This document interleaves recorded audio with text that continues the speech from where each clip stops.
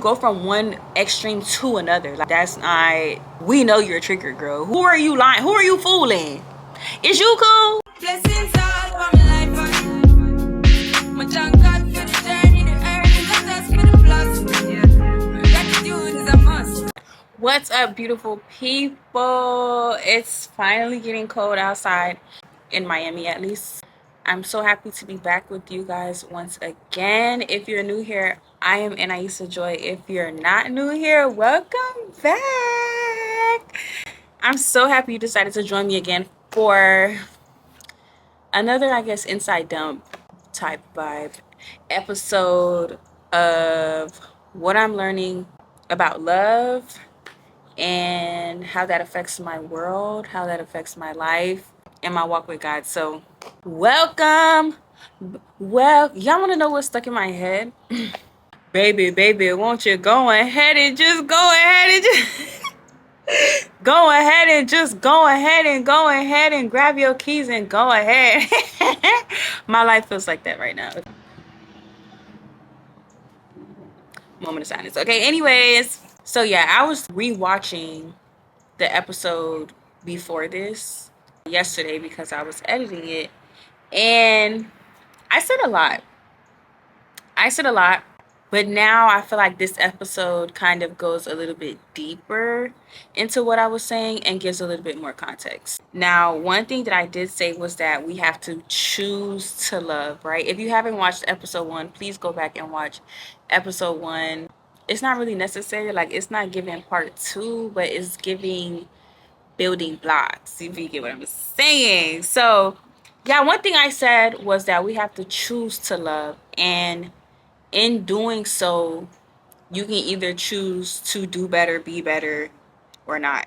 At the end of the episode, when I said, if I have my red Solo cup and I go to the ocean and I go back to my family, my red Solo cup, and I pour my red Solo cup out, that essentially, because that was very vague, I want to break that down. That essentially is like our capacity. That is what we can take, right? So if we only have the capacity for a red Solo cup of love, but we really need or desire a freaking 2-ton gallon tank of love, how do we get that? How do we build our capacity? One thing that's been coming up for me, honestly, in the past 2 weeks since I filmed that video were huge triggers of rejection, abandonment, and neglect. Now, I have always been super duper transparent on my platform, so I'm not gonna be like, oh, how much I'm at. Like, I personally don't care. One way that I felt rejected, and I think the thing with having triggers is that your triggers stop you from, they make you closed off. Whenever you're triggered, you want to go back into fight or flight, and you want to protect yourself. And so sometimes in protecting ourselves, we put up these walls. I was just really thinking about it, and I'm like, well, how did my walls get there? Quick backstory too. On top of the life lessons that I was learning in real life, I was having dreams about the past for like 3 weeks straight. And if you know any dream about the past, especially in the kingdom, it's giving delay, it's giving bind up the devil. You know what I'm saying? So I was doing that, and I just was not having no breakthrough. So I really had to be like, you know what, God, what you trying to say? What you trying to tell me? Because clearly I'm not perceiving, and your ways are not my ways, your thoughts are not my thoughts right now. Like, can you just put me on real quick? I can't really fully say that I have come to terms with what God was saying, but the dreams have stopped, so maybe I have. And one thing that was really sticking out to me in the dreams is that in every dream, I was in a setting surrounded by people that had rejected me. I did forgive them. I did have to, release them from my heart. But I also had to go to God and be like, you know what? I don't want to carry this anymore. I don't want to walk around with the fear of rejection. I don't want to walk around thinking ahead and like expecting to be abandoned, expecting to be neglected. I just don't want to do that. I'm reading this book, All About Love by Bell Hooks, and she talks about your childhood, and she talks about how love was shown to you in your childhood. And sometimes once you understand what love really is, you have to come to terms with and accept the fact that maybe love was not genuinely shown to you. Maybe people just cared for you. And I think that's one thing that I was standing out too, is that we think that, oh, this person loves me because they're showing care, because they're showing affection, but that's not really what love is.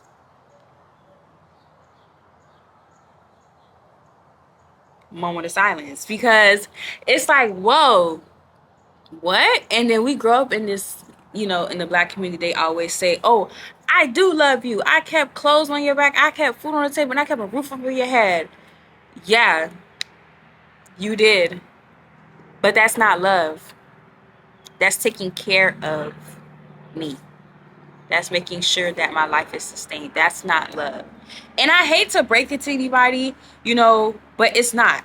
So let me tell y'all what she says love is. It's really opened my eyes to who loves me and who doesn't. And not only that, how am I showing up? Like, am I extending myself? So don't worry about it, y'all. Don't worry about it. Don't worry about it. I'm finna just read the definition right here from y'all, for y'all, because listen. So her definition comes from a self-help book called The Road Less Traveled by M. Scott Peck. And he is quoting Eric Fromm, who I guess is another writer, maybe. And this is what they say. He defines love as the will to extend oneself for the purpose of nurturing one's own or another's spiritual growth. Spiritual. The key is spiritual, okay? So it goes on to say, love is as love does. Love is an act of will, namely both an intention and an action. We choose to love. So that's, quick from episode 1. And then it says, to truly love, we must learn to mix various ingredients: care, affection, recognition, respect, commitment, and trust, as well as honest and open communication. Deep. So, yes, now what I was saying when we mix up care and love, this is just a quick quote. If you want to read this book, please go read it. This is something that happens a lot, and I definitely can say it's happened to me. It says, when we feel deeply drawn to someone, we connect, C-A-T-H-E-C-T, with them. That is, we invest feelings or emotion in them. That process of investment, wherein a loved one becomes important to us, is called cathexis. In his book, Peck rightly emphasizes that most of us confuse connecting with loving. We all know how often individuals feeling connected to someone through the process of connecting insist that they love the other person even if they are hurting or neglecting them. Since their feeling is that of cathexis, they insist that what they feel is love.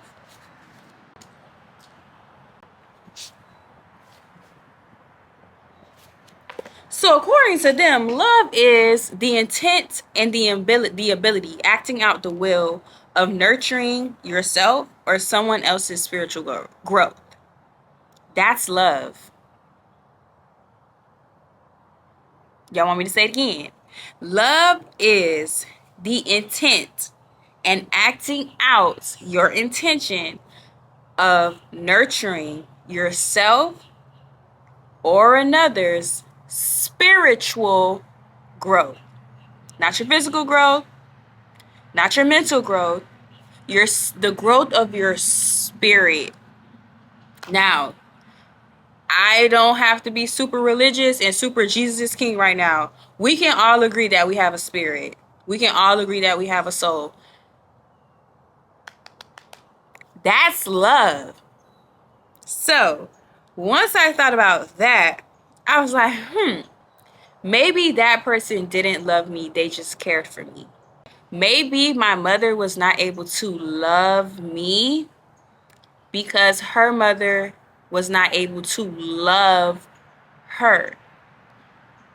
I got catching my drift. Not the police. Child is so ghetto out here. Okay, but yes, so and in that moment, I know that sometimes we could be like, oh, but why don't they love me? What's wrong with me? What's wrong with me? And it's just the reality. Like, we live in a fallen nature. We live in a broken state. Like, pain is in the world. That's just the reality. Evil exists. So I had to really think, like, how was love shown, or how was love shown in my childhood? Was there anybody that I could say loved me, or were not, it might not have been consistent, but were there moments where love was present? Do you get, like, are y'all following my drift? And then I started thinking about my current friendships and my current relationships, and I'm like, maybe we were just connecting, like whatever he said, it's cathexis. That word is so weird, but maybe it was just that. Maybe it wasn't love, or maybe I came with love and they came with care. And then as I kept reading, Bell Hooks goes on to say that people are so afraid of love because love takes risk. Like, you have to choose to be bold. You have to choose to be courageous in loving someone, because what if they don't return it back? What if, and not only that, choosing to love also involves accountability and awareness, because if an act of love or a partnership with love for nurturing someone's spiritual growth, you have to be vulnerable and communicate and caring and all the things that were said before. You have to choose that, and eventually you will just find yourself breaking down your walls, and you'll be like India, and you'll love with an open heart. That's one of my favorite songs by her, where I think it's on Testimony Volume 2, baby. That's my breakup album, okay? If I am heartbroken, baby, I am playing India Testimony Volume 2. I don't care. So sometimes we can have this, prayer like, Lord, help me to love with an open heart. Help me to love with an open heart. But you have to literally break down not you do it by yourself, but you have to partner with God in breaking down your walls. You have to partner with him in being vulnerable and surrendering how you were raised, how you thought love was supposed to look, where you thought the love was even supposed to come from. That's hard. Even surrendering your triggers, surrendering where you're justified in being triggered, surrendering how you respond to the triggers. This is real work, people. As long as you stay in relationships where there is this demand to love on you, this person is calling you higher, calling you to be accountable, calling you to have open and honest communication, calling you to respect them, calling you to care genuinely. Like, as long as you stay in that place and you don't choose to run from it and you don't choose to try and protect yourself from it, you will experience genuine, true love. You will be able to say, I love this person nurtures me, and I'm nurturing them spiritually.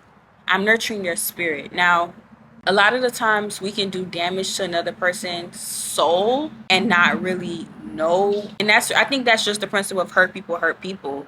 Like, as long as I'm hurting, I'm still operating out of this rejection, I'm still operating out of this abandonment, out of this neglect. It's going to continue to show up, and I'm going to continue to project it onto other people. How do we get out of this? Like, everything sounds good, but what's the practicality of what I'm talking about? And the reality is that sometimes you just have to allow people to love you. Sometimes you just have to allow people to love you. And I'm not talking about, oh yeah, I'm not talking about what we think love is. I'm talking about, you have to allow someone to nurture your soul. You have to allow someone, God first, of course. You have to allow God to love you, receive the love of the Father. But then you also have to cultivate and give yourself room to have friendships where you're held to a higher standard. They can love you. I have personally, the old me, I don't like making friends. Like, I kid you not. I do not like making friends. And I will tell you why. I don't like making friends because it always ends in betrayal in some way, shape, or form. Like, I don't like it, me personally. But seeing how much I longed for friendship, me staying in that rejected state, I would have done myself a great disservice, because I have some really cool people around me right now. We may not agree all the time. We may, have our falling outs or whatever. But because we're operating from love, there's always this desire to continue to grow in that, and to show up authentically, and to show up and be vulnerable with each other. And it allows us the both of us to grow. I can be a safe space for my friend, and she can be a safe space for me, while also loving her in a way that I respect how she was raised. I respect how she responds. I respect how she shows up to me, but I still have to be open and honest in how I feel.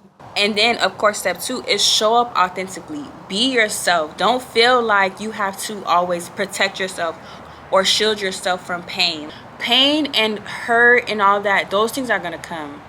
That's like, you can't live this life and not get hurt.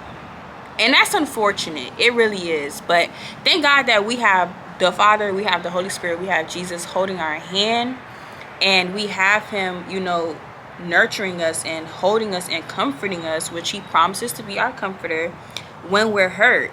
And when you show up authentically, you're allowed to be vulnerable. You're allowed to say, you know what, that hurt me. The hardest part, I feel like, is communicating. Like, every time, me personally, I get triggered or I'm mad, I'm shutting down. I'm not talking. And I honestly find it so funny. I was laughing at myself the other day because I was like, yo, I am this like super vibrant person.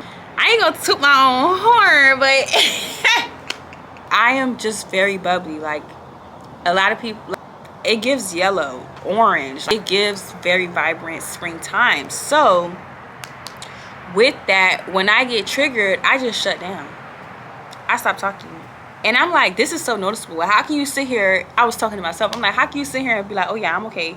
You go from one extreme to another. That's not, we know you're triggered, girl. Who are you lying? Who are you fooling? Is you cool? I was like, you know what? I'm just going to choose to be open and honest. And when I'm triggered, because you have to, recognize your patterns. Okay, that's another thing about growth. Recognize your patterns. Okay, be aware, be accountable. I'm just going to communicate. Even if I don't communicate the best, I'm just going to communicate. It's honestly been working out for me. Remember that love is an action, okay? It's not something that you say. It's something that you do. It's something that you embody. And being able to love and be loved, okay, you have to have an open heart. You have to break down those walls, and you have to be super duper duper open and honest yourself and willing. I love y'all. Y'all know that. Jesus loves you more. I will see y'all next week. I challenge y'all though. I challenge y'all. I challenge you to talk yourself out of a trigger if you are triggered. And when you get triggered, find the root, uproot it, take it to God, and ask him to heal your heart so that way you can receive the love that you so greatly and deeply desire. I love you.